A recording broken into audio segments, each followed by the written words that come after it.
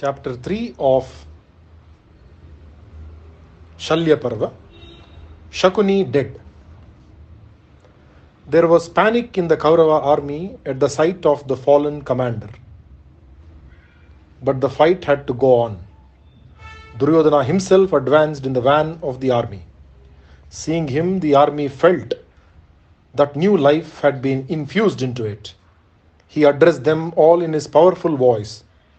Why should you all try to run away? Death, the arch enemy, will conquer you anyway, whether you are a coward or whether you are brave. Is it not better then to fight and die? You can be sure of reaching heaven where all our heroes have gone now. Why are you afraid of the Pandavas? Let us fight, all of us, and leave the rest to the fate. The king was in the van of the army. Looking at him and his noble bearing, even when he was on the point of losing the war, the army rallied round the serpent banner and resumed fighting. Duryodhana fought wonderfully. Alone, he was keeping at bay the entire army of the Pandavas. Satyaki, Drishtadyumna, Bhima, Arjuna, Yudhishthira, Nakula and Sahadeva were all powerless against the terrible arrows which were flowing out of the bow of the king. Shakuni was a worthy companion to Duryodhana. He had his son Uluka with him, and they were fighting their best. Seeing their brother in the van, the remaining brothers of the king came to his help. Bhima advanced to the front and attacked all of them. They were like deer at bay. They fought furiously, but Bhima was able to kill all of them except one, Sudarshana. Event followed event in the quick succession. Arjuna was busy fighting with the remnants of the army of Trigartas. Shisharma, his ancient enemy, was finally killed by Arjuna. With his death, the Trigarta chapter was closed. Shakuni saw the king in the midst of his cavalry. Duryodhana had his one remaining brother with him. Bhima approached the part of the field where Duryodhana was standing. He crossed the elephant army and he was accompanied by Arjuna and the others. Bhima attacked Sudarshana. Duryodhana fought as one inspired. With a sharp arrow, Bhima cut off the head of Sudarshana. All the sons of Dhritarashtra had been killed by Bhima except Duryodhana. Shakuni intervened with his elephant army and made the fight general. His son Uluka was with him. Sahadeva and Nakula fought with them both. Uluka was killed by Nakula. His oath was fulfilled. It was terrible for Shakuni to see his son dead. He fought for a while and then tried to run away. Sahadeva pursued him and said, "Why are you trying to run away? If it had not been for you, this war would never have happened. If only you had not entered Hastinapura, Duryodhana would never have lost his princely nature and become a cheat. You were so happy when you played the game of dice with my brother. I swore that I would kill you. You laughed at all of us when we took our oaths. But now, under your very eyes, all our oaths have been fulfilled. Arjuna has killed Radeya as he had sworn to do. Only Duryodhana is still alive. It will be a matter of moments before he is killed. Your son Uluka has been killed according to the promise of Nakula. It only needs your death to make us all true to our oaths. Come and fight with us." Shakuni had to fight. He fought well too, but Sahadeva threw a javelin at him and killed him. With the death of Shakuni, all Duryodhana's hopes were killed too. He knew that it was all over. The curtain had fallen on the last act of the tragic drama. It only needed an epilogue and he would himself provide it. The fight went on. Of the 11 Akshavinis, there were now 200 chariots, 500 horses, 100 elephants and 3,000 soldiers. They fought so valiantly with the Pandavas. A few more moments and they were all destroyed. Of the 11 Akshavinis, not a single soldier was alive. All were dead. The Kaurava army was now made up of Duryodhana, Kripa, Ashwatthama and Kritavarma. Just these four were left. The remnants of the Pandava army was 200 chariots, 700 elephants, 1,000 horses, and some footmen. That was all that was left of the 7 Akshavinis which they had at their command 18 days back. Shri Krishna Arpanamastu. Chapter 4 of Shalya Parva, Dvaipayana Lake. Duryodhana saw the vast expanse of the field of Kurukshetra. He remembered the words of his uncle Vidura. You will be the cause of the destruction of the entire race of Kshatriyas. Duryodhana's senses were reeling. He did not know what was happening to him. He thought Vidura must have seen all this with his mind's eye. Duryodhana was seated on a horse and it was wandering aimlessly. It had been hurt by many arrows. Suddenly the horse dropped down dead. Shedding tears for the one and only companion of his, who had also died because of him, Duryodhana abandoned the dead horse and walked away from there. He thought of himself 18 days back and his heart was heavy with grief. Not so much for himself as for those who had died for him. His mind went at once to Radheya. How he must have suffered. He had done so much for him and he had to die. He must have passed through immense agony when he realized that the Pandavas were his brothers. Radheya, the one and only Radheya. Duryodhana's frame was burning as though a rain of fire was pouring all over him.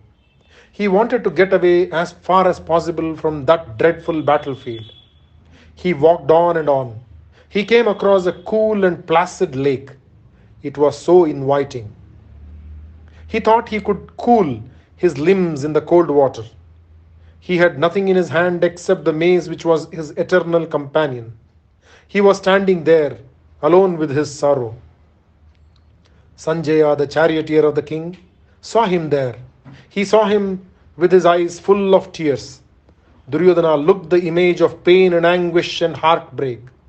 Sanjaya's heart was ready to break with compassion for this monarch who was now alone, without hope, without a single man with him, without any desire even to talk.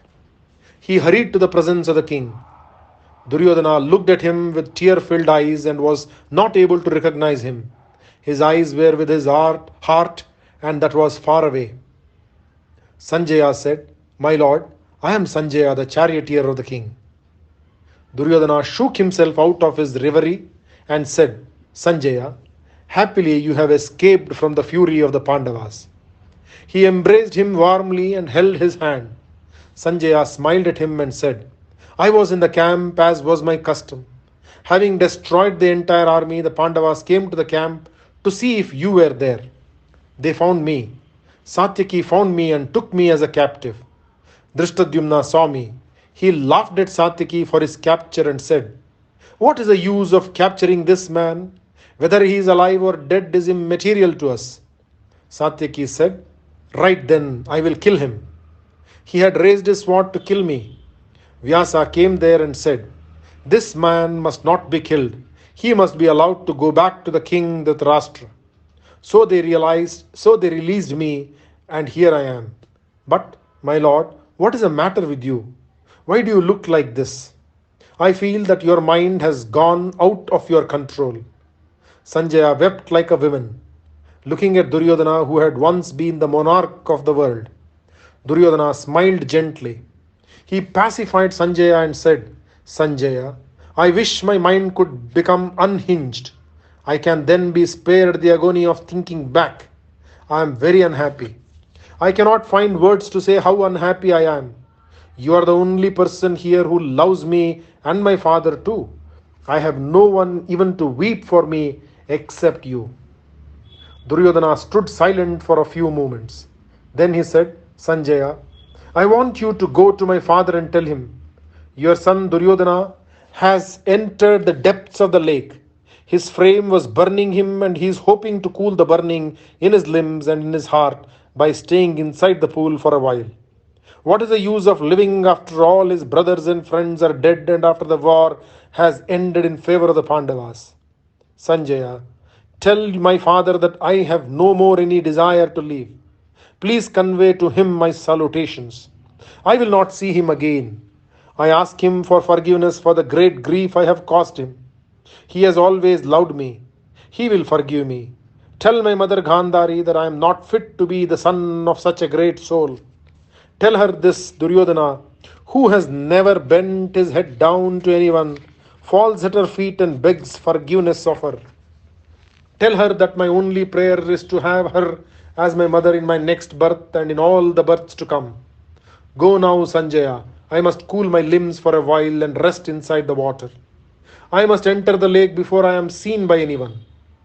Duryodhana entered the lake with his mace in his hand.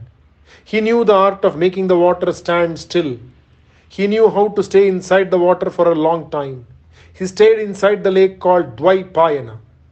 Sanjaya went away from there after seeing the king disappear inside the lake. On the way, Sanjaya met Ashwatthama and Kripa with Kritavarma. They said, "It is fortunate that you are alive, Sanjaya. Did you see the king anywhere? We do not know if he is alive or dead. Can you tell us?" Sanjaya told them about Duryodhana entering the lake. Ashwatthama was very unhappy to hear this. He said, "What a pity. He does not know that three of us are still alive. We must still be able to defeat the Pandavas." They saw the Pandavas looking all over for the king and they went away from there. There was great excitement in the Pandava camp. They had won the war. In 18 days, all the Kaurava heroes had been killed and the war was over. Yudhishthira was the lord of the world. It took them some time to realize that Duryodhana was nowhere to be seen. They looked for him everywhere. He could not be found. They sent spies to all the four quarters to bring them news of the king who had escaped with the mace in his hand. His dead horse was found, and after that they could not find any trace of Duryodhana. It was the most unexpected event, this flight of Duryodhana. They did not think that he was a cowherd. They looked for him all over the neighborhood of Kurukshetra.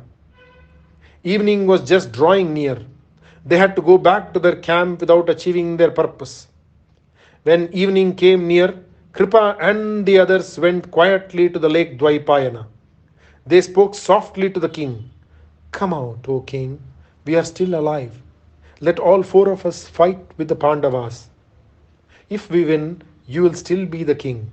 If we die, we will reach the heavens. Their army too is very thin. They cannot stand our attack. You must not stay here. Be our commander and lead us to the front." Duryodhana was very happy to hear their voices. From inside the waters, he said, "I am happy to know that all three of you are alive. Of course, I am set on fighting with them, but just now my body is mangled by the many hurts and wounds. I have no energy to fight. My mind too has been sorely wounded. I cannot fight today. It is evening and you are tired too. When I hear your words of affection, it makes me humble. What have I done that I should deserve so much love? I am proud of myself since I have been able to win the love of such men like you. But now it is evening. I want to rest inside the waters. I will have new energy tomorrow. I am sure of it. We will fight with the Pandavas tomorrow." Ashwatthama said, "Why should we wait till tomorrow? We will fight now. I swear that I will try and kill all of them. Come, my lord, let us fight now." There were a few hunters who had come to the lake to drink some water. It was a sheer accident that they were there when this conversation was going on. They had heard that the Pandavas were looking for the king who had escaped. From the conversation, they realized that Duryodhana was hiding in the lake. They were sure to be rewarded by Yudhishthira if they gave him this piece of news. They hurried to the camp of the Pandavas. They went to Bhima and told him everything. He was mad with joy. He took them to Yudhishthira. He heard them. After rewarding them, he sent them away. Accompanied by the heroes on their side, the Pandavas set out towards the Dvaipayana lake.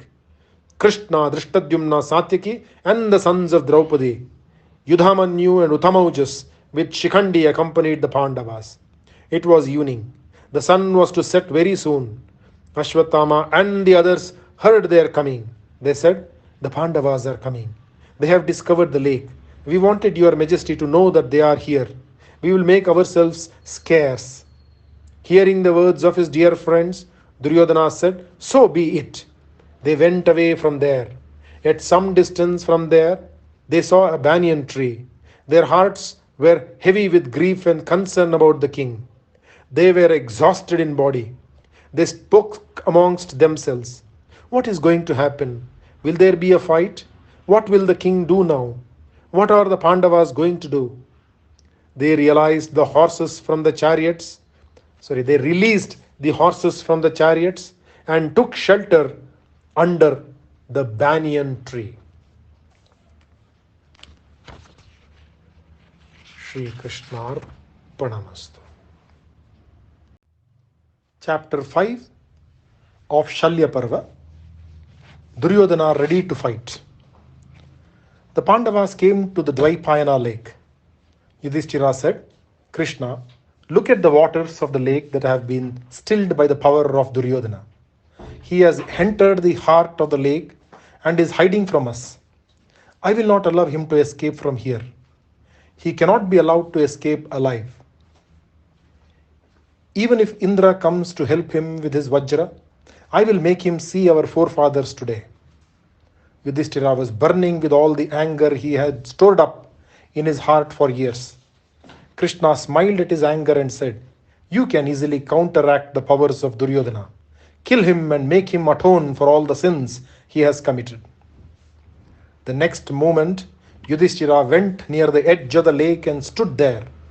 He called out to Duryodhana, "I do not understand this action of yours, my dear cousin. You have killed all the Kshatriyas who were ruling this Bharatavarsha. You have caused the death of all our relatives. Now you want to save yourself by hiding in this immense lake? Come out of the lake, Duryodhana, and fight with us. Where is your arrogance? Where is your pride? Where is your sense of honor? You seem to have become afraid all of a sudden. The world calls you a hero. I think the world is wrong. What is the use of your valor if you lose it all in a moment? Come out and fight. You are a Kshatriya.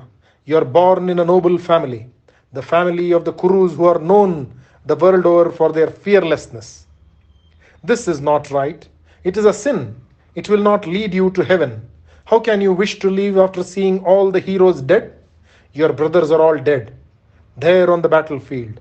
Your dear uncle Shakuni is there. Your friend Radeya, the Sutaputra, is here. You are a proud and sensitive person. You have always been jealous of your hammer. Why then are you hiding in this lake? Come out and fight. Fight with us. If you defeat us, you can still be the Lord of the world. If you die, why then you will go to the heaven. You will have to come out and fight if you are a man." Duryodhana heard him from inside the lake. He spoke words in reply to the taunts of Yudhishthira. He said, "Yudhishthira, please stop this senseless talk of yours. I did not come away from the field for fear of your cheap bravery. I was on my horse. Seeing my dear brothers dead and seeing my beloved uncle dead, my mind was clouded. I could not think at all. My horse bore me away from the field. It died later. I left it there and walked down just aimlessly. My eyes fell on this lake. I thought I would cool my fevered limbs for a while. I am not afraid, nor am I fond of this life of mine. You can also take some rest, and your followers too. I will come out after I have rested and fight with you. You can be sure of that." Yudhishthira was glad to know that Duryodhana did not run away from the field like a coward. He could not think of Duryodhana as a coward. He said, "We are all fit enough to fight. Do not worry about us. We have been looking for you all this while. Come out now and fight." Duryodhana said, "I am not enamored of the kingdom any longer. Those for whom I wanted this kingdom are all dead. My brothers are all dead. My Radeya, who was everything to me, is dead. The world has lost her splendor now. But I do want to fight with you and curb your pride. I do not see any need for war, now that Bhishma has fallen. Now that Drona and Radeya are dead. Your kingdom will be just so much earth and nothing else. I have enjoyed it to the full. My dear ones are all dead, and you have snatched this land from me. You are welcome to it. I have no desire to live any more. You can enjoy this earth shorn of all her glory and all her loveliness and all her splendor. You can have the land of the Kurus. I am making a gift of this barren land to you, Yudhishthira. I will prefer a life in the forest clad in tree bark and deer skin to one in this kingdom where nothing is left that has beauty. You can rule the land, Yudhishthira. Yudhishthira was terrible in his anger now. He almost shouted at Duryodhana, I do not like these mad ravings of yours, Duryodhana. I have no sympathy for you. You have the impertinence to make me a gift of this earth over which you have no right now. Even if you did have a right to give it away as a gift, remember that I am a Kshatriya. I will not accept the world as a gift from you. I do not want to rule a kingdom which has been given to me as a gift by my enemy. Do not insult me by your words, Duryodhana. I will win it by defeating you. How dare you suggest this to me? There was a time when you were lord to this earth. You had the evil Shakuni with you, and you banished us from the land which was our birthright. We came back from the exile and asked you in gentle words to give it back to us. It was what belonged to us, but you were not so generous then. When I sent Krishna to you with a proposal for peace, you sent word that not even ground covered by the tip of a sharp needle would be given to me. How is it you have become so generous all of a sudden? Your mind is unhinged. Or else, how can the great Duryodhana, the crowned monarch of the entire world, the man who would now not part with even 5 villages, how can he have the heart to give away the entire kingdom to his sworn enemy? My lord, you have no kingdom now to give it away so magnanimously. You and I have got to fight so that this ancient rivalry can come to an end. I must be the sole monarch of this world. I will not allow any compromise. I will not allow you to leave. Not after all this. Come out and fight. For years this rivalry has existed. You have never been fond of us. For years you have tried to destroy us. We have now won the war. Your death is the one thing I want. I will see you dead. I am giving you a chance to reach the heavens which you do not deserve. Come out of the lake and fight. Yudhishthira was heaving with the emotion which was swelling up in his heart. Duryodhana had never before heard such words of insult from anyone. He was sorely hurt and wounded by the insults rained upon him by Yudhishthira. His proud and sensitive heart winced under the cruel words of Yudhishthira. He was surprised to hear so much fury in the voice of the gentle Yudhishthira. He wrung his hands together. He made up his mind to come out of the lake and fight. He had wanted a respite of just one night and he could not get it. But it was no matter. He would fight. The words of Yudhishthira were too sharp. He had to take up the challenge. Duryodhana said, You are all righteous men, and yet all of you are trying to fight with me alone, without a chariot and without anyone to fight for me. I have no armor and I am wounded. I am not afraid of any one of you.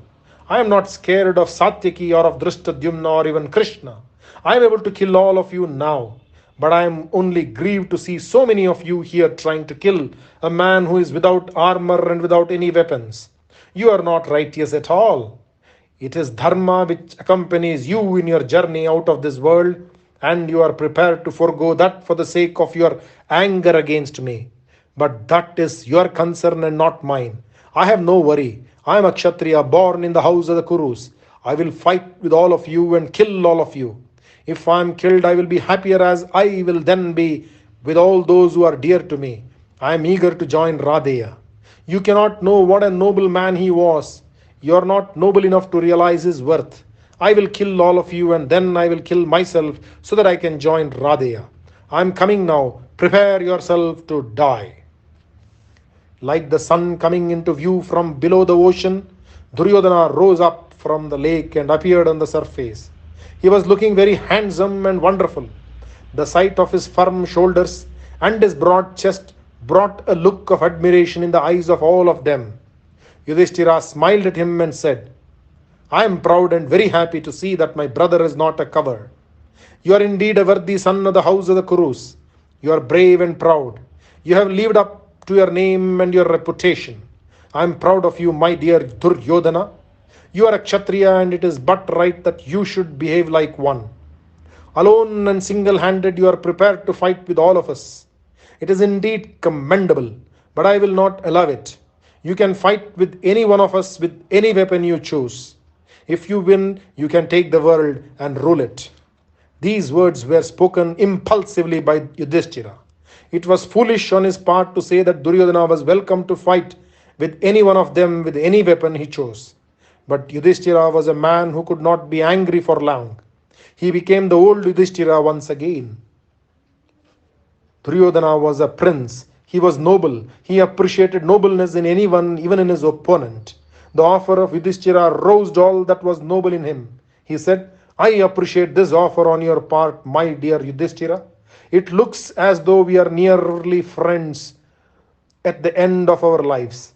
I will accept your offer. You ask me to choose my weapon. I have never loved any weapon more than this mace of mine. It has been my constant companion. I will fight with the mace. As for the opponent, I am prepared to fight with any one of you. I am sure to kill all of you one by one. I am ready to fight.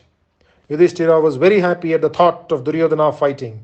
He said, You can fight with me. I will kill you and send you to the heavens, which you now seem to deserve.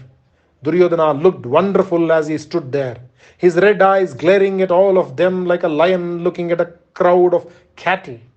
With a mace in one hand, with the other hand on his chest, he stood winning the admiration of all of them. His body was covered with blood.